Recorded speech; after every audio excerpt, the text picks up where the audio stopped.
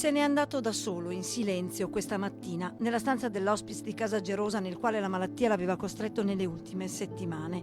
Francesco Stocchero, con i suoi 87 anni compiuti lo scorso 3 giugno, era il più vecchio cucaro del Veneto.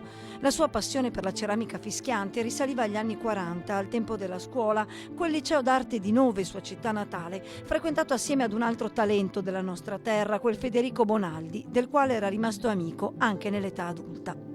Un amore, quello per i fischietti di Nove, che l'ha accompagnato per tutta la vita, anche quando l'età e la malattia l'avevano costretto a limitare e di molto la sua arte. Sono sempre contento quando io faccio i miei fischietti. Guarda, se mi sento male un po', mi stanco, però mi siedo qua, il mio tavolino, soletto a notte mi faccio i miei fischietti, poi dopo la stanchezza ti prende e devi andare a letto per forza.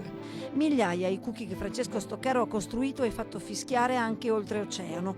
Solo in Piemonte un suo grande estimatore ne conserva oggi oltre 300. Un'arte che ha voluto tramandare anche alle giovani generazioni, insegnando nelle scuole e cercando di scovare nei nuovi creatori di fischietti persone pronte a farsi rapire il cuore dall'arte del cucaro.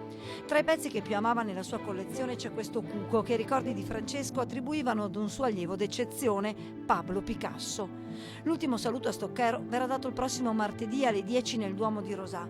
Sarà l'occasione per rendere omaggio al suo amore per l'arte e per la vita, come testimonia il messaggio che 2 anni fa, in occasione del Natale, volle lanciare a tutti attraverso i nostri microfoni.